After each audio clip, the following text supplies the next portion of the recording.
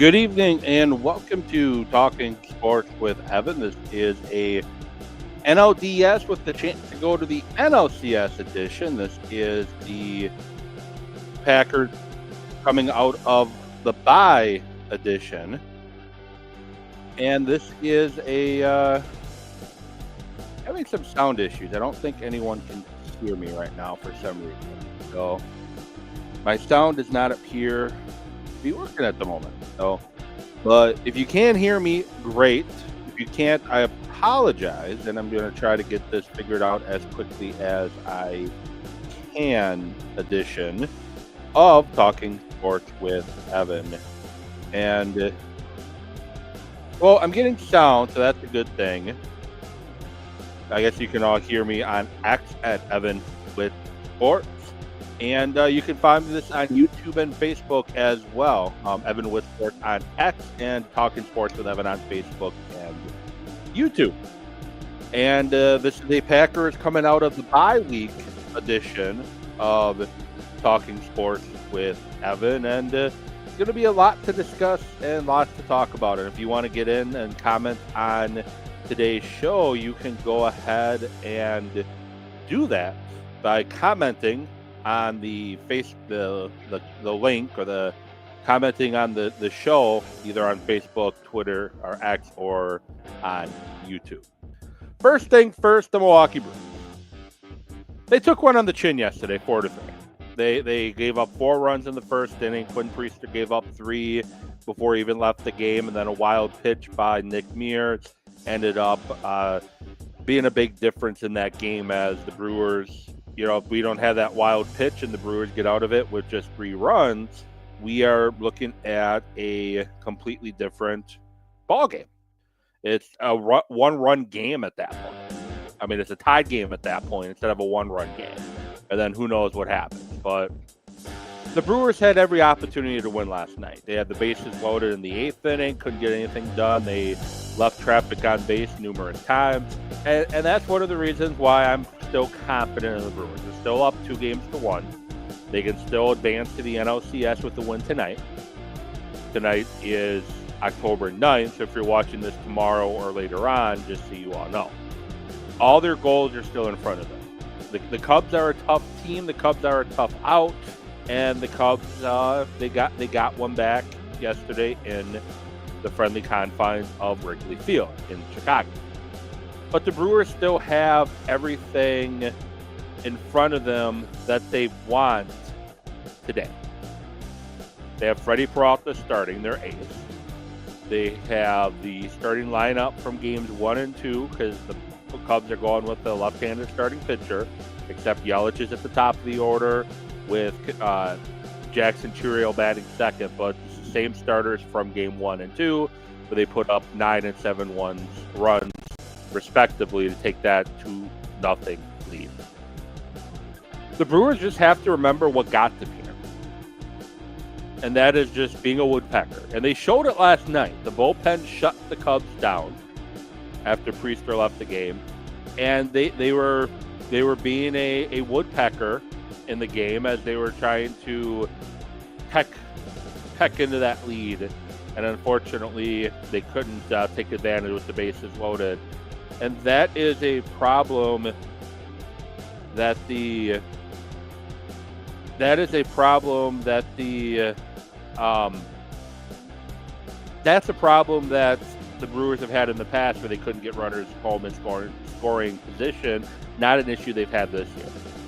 Up to this point. So they got to get that right, and I'm fairly confident they will. The Brewers won 97 games for a reason. They had the best record in baseball for a reason. They're the 1 seed for a reason, and there's a reason that if there is a Game 5, the Brewers are hosting. A few things, though, I do want to get off my chest about this game yesterday.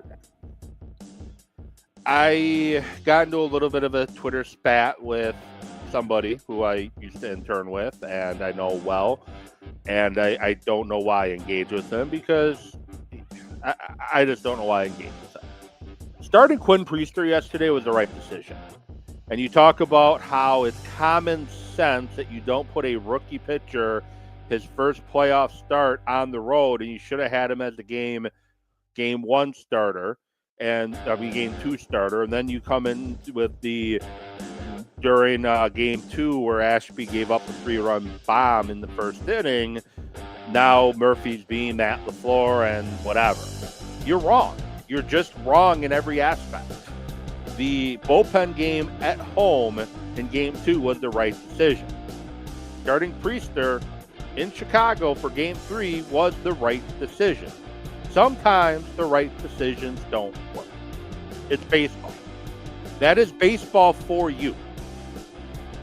And I get, in his mind, it's always the coaches and managers' fault. It's always them being an idiot, a moron, stupid, overthinking things, not having common sense, and it's never the players on the field's fault who are the ones that are putting in the performance. The players on the field, the players on the court, they have to do their job too.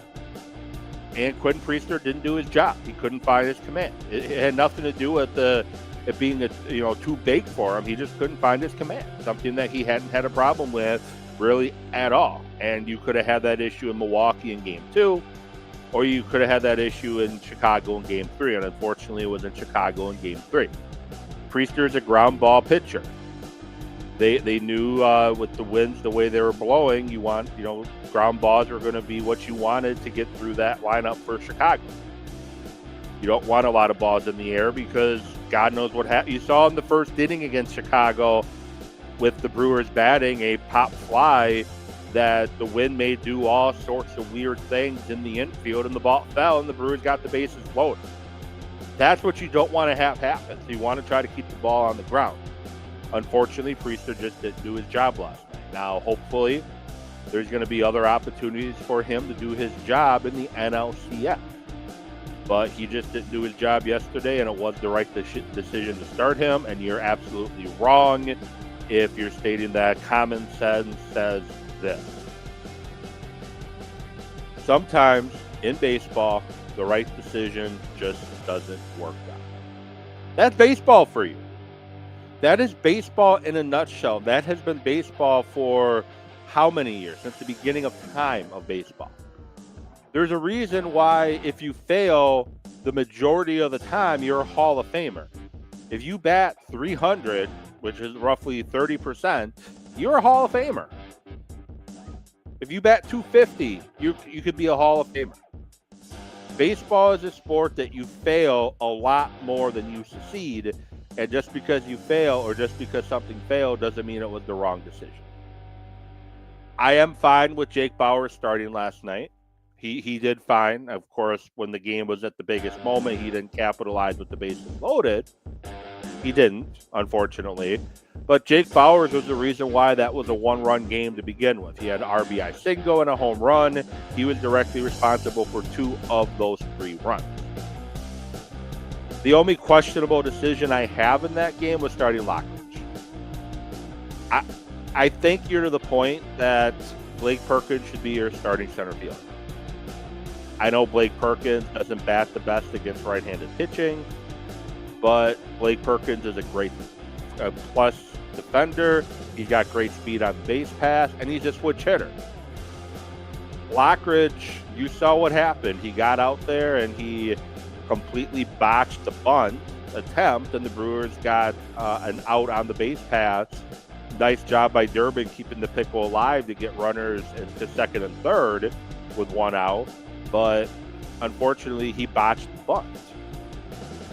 One thing I can fairly confident in saying that Blake Perkins likely would not have botched that bunt. He put too much power on the bunt.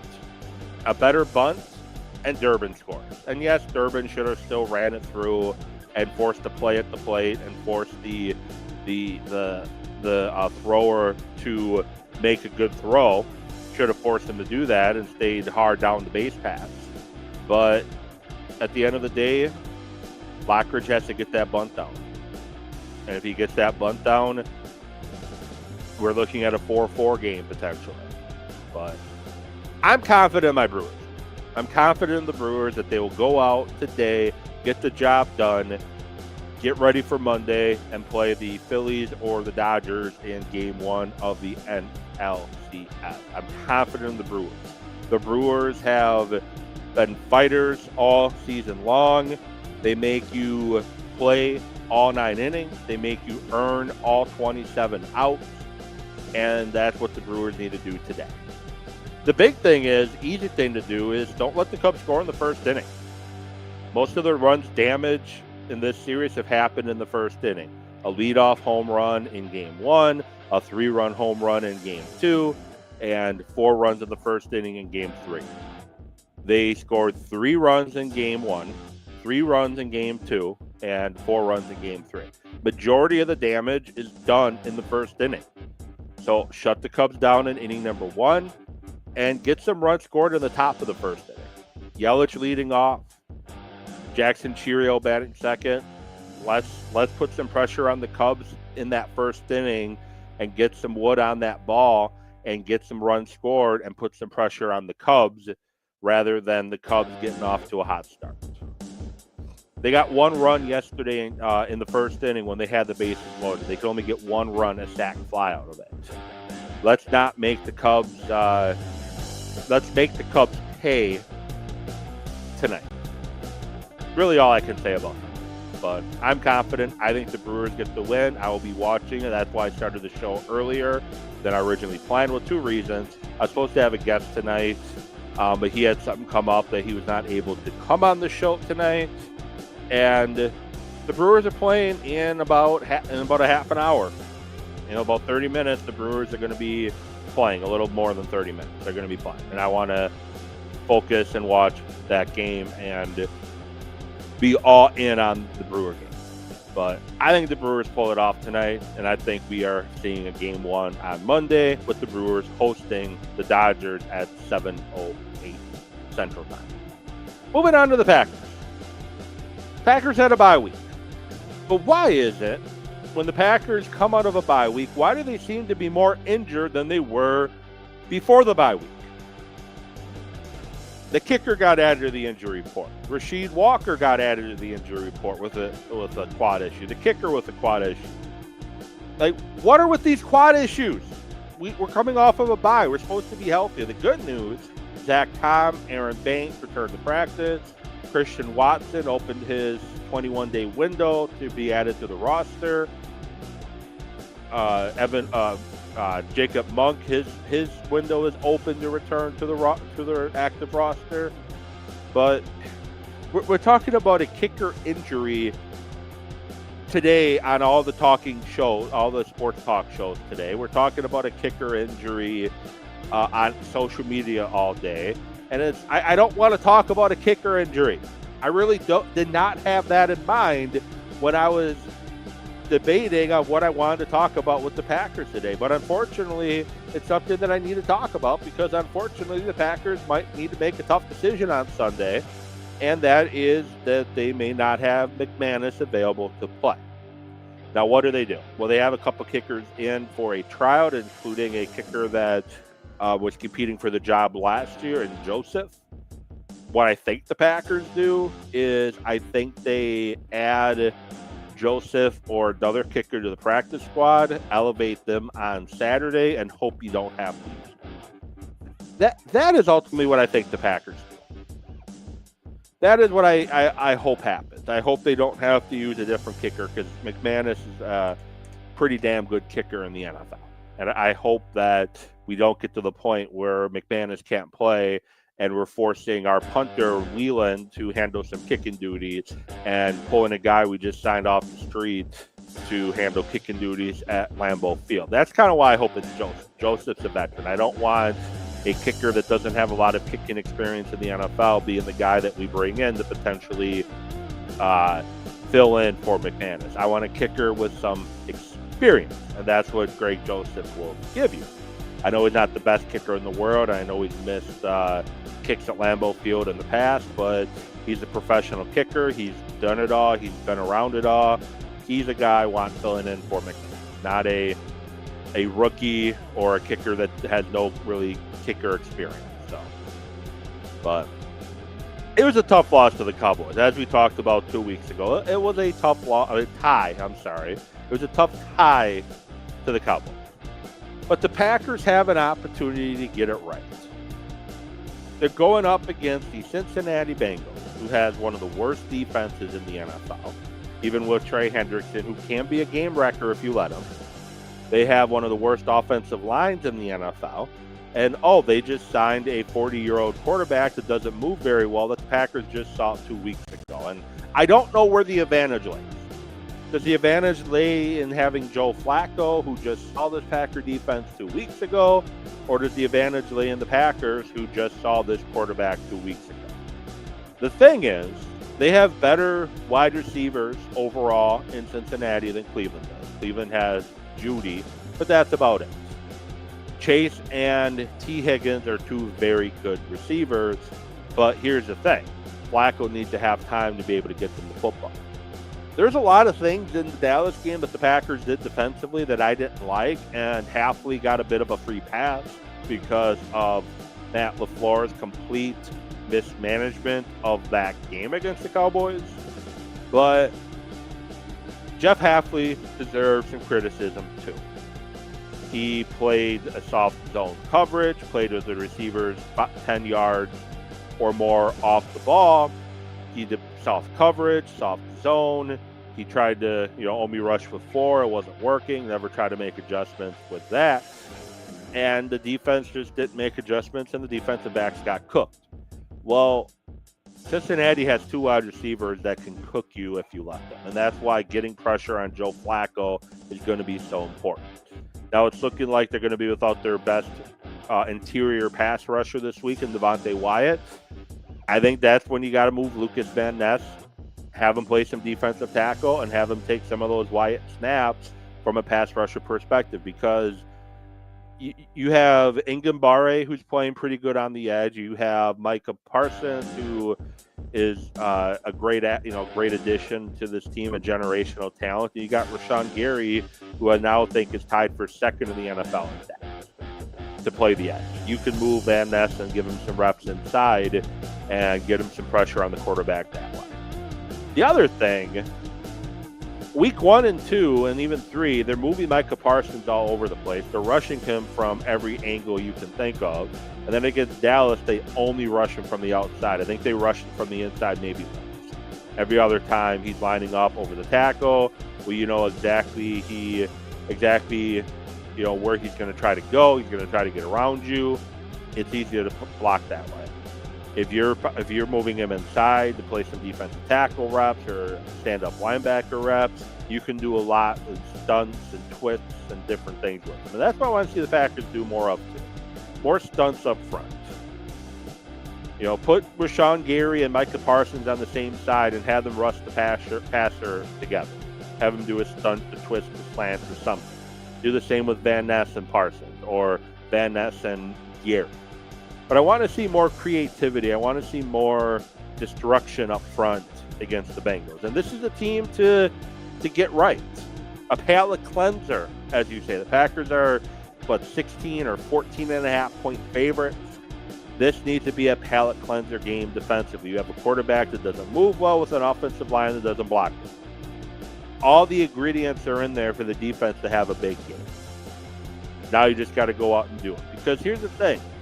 If you give Flacco time to step up in the pocket, to slowly step right or left in the pocket to evade a guy, you give him time to find Jamar Chase or T. Higgins, guess what? Flacco's going to find the Jamal Chase or T. Higgins. You've got to keep the pressure coming. You cannot play a soft zone and allow the Flacco and the Bengals to just pick you apart up and down the field. You've got to get after him. You've got to get sacks. You've got to get him to the ground. And here's the thing, too. It's week 6. Micah Parsons had week 1, week 2, and week 3 to get his win, to get acclimated to the Packer defense, to learn what he needs to do, to learn the cause, to learn the signals, to figure out where to line up and certain stuff. He had the bye week. This is week 6. This is the week you unleash him. This is the week that you've been waiting for to unleash him. And Halfley, that's on you. It is time to unleash Micah Parsons. It is time to unleash him, because here's the thing. You unleashing him is going to make everybody else more effective at getting pressure on the quarterback. The Bengals can run the ball a little bit. They, Chase Brown is a pretty good running back, not going to lie. He's from Illinois, third year in the league. He doesn't have a ton of rushing yards this season, but he can be a talented running back. He had 900 yards last year, being the primary in 10 games started, 16 overall with the Bengals. He's a back that can get off if you let him. He's only averaging 2.5 carries per game this year. He's got 160 yards on 65 carries, and he's only been in the end zone one time. Only has a long of 18. Don't let him scratch that. That was he has 18 receiving yards, so I stand corrected. But ultimately, don't let him take over the game. He's got a long this year of 13. 11. So don't let him take over the game. Get in Flacco's head, rattle him, get pressure, make the passing game non-existent, and offensively, you really only have to account for Trey Hendrickson. They don't have a great front seven. Bengals just don't. Now, it doesn't mean you do what you did with Myles Garrett and have 3, 4, 5 guys all try to block Myles Garrett or Trey Hendrickson in this case and leave other guys to win their one-on-one battle. You can't do that. But the other thing is, let Jordan Love cook. I get you want the running game to be effective, but at this point, the running game is not effective. And at this point, you've got to let Jordan Love cook. You've got to allow Jordan Love to push the football. The Bengals give up a lot of yards through the air. Let Jordan Love cook. If Jordan Love's able to throw that ball all around, guess what you're going to do? You're going to open up the running game, because they're going to pull a safety back and have too high safety, and then you can run then. But enough of this using the ground game to set up the passing game, and let him push it downfield a little bit. You're having him do these RPOs with quick screens to the wide receivers. Let him push it down the field a little bit. Let Matthew Golden have a solid game. Let Dontavion Wicks, let him unleash him. Romeo Doubs, Mr. Consistent. This can easily be the palate-cleansing game that the Packers need after that embarrassing tie with the Cowboys, that embarrassing loss to the Browns. The Packers should be 4-0 right now, coming out of the bye. At worst, 3-1. But here we sit 2-1-1 because they played with their food with the Browns and they played with their food with Dallas. 2 games they should have won. And if they can't easily put away the Bengals, I don't know. I was bought in with how good this team looked through the first 2 weeks of the season. But if they can't go in at home against Cincinnati out of a bye week and just punch these cats and these Bengal tigers in the mouth repeatedly, then I don't know what to tell you. The Packers clearly aren't who we thought they were if they can't easily put away the Cincinnati Bengals. And if they can't easily put away the Cincinnati Bengals, to me, more heat on Matt LaFleur. I was really hard on Matt LaFleur 2 weeks ago.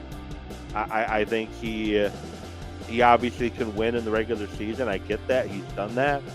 But he unfortunately struggles in game management, and he struggles sometimes in making adjustments when some things aren't working, and he gets too dependent on the run game and tries to basically, we're going to run the ball on you no matter what, and eventually it's going to work. No, use the passing game. Use the passing game to set up the running game. I get it. You want the play action passes, and that's what setting up the running game does. But if it's not working, adjust out of it quickly. And then finally, special teams. I don't know what to expect for special teams this week.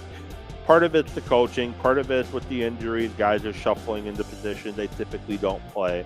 But at the end of the day, guys got to do their job. The guys on the field they all need to do their job. Everyone that lines up on punt, everyone that lines up on punt return, everyone that lines up on kickoff and kickoff return, everyone that lines up on PAT field goal, everyone that lines up on PAT field goal block. Everybody needs to do their job. Don't try to do too much. Don't try to do too little. Just do your job at the end of the day. And that goes for everybody wearing a Packer jersey on Sunday. Just do your job and do your job at a high quality level, and things are going to work out in your favor. So with that said, looking at having a guest next week. Try to get him on this week, but he has some other commitments pop up that he had to deal with. But Colin Wilder, former Wisconsin Badger defensive back, going to have him come on and talk about his experiences as a Badger, as a college football player, and get his thoughts on the current state of both the Wisconsin Badger program and the current state of college football in general. Because he finished at Wisconsin in 2021, and it's only been, 22, 23, 24, 25, 4 years out. And the college football landscape in those 4 years has changed a ton. And I'm going to get his thoughts on that as well. Well, with that said, I will get back at you next week to talk to Colin, to break down hopefully a Packer victory, to get you ready for the next Packer game, and hopefully continuing to talk winning Brewer baseball, because the Brewers hopefully are going to have a game on Monday against the Dodgers or the Phillies. With that said, I'll talk to you next week. Have a good rest of your night. Have a good rest of your week. And with that, go Brewers.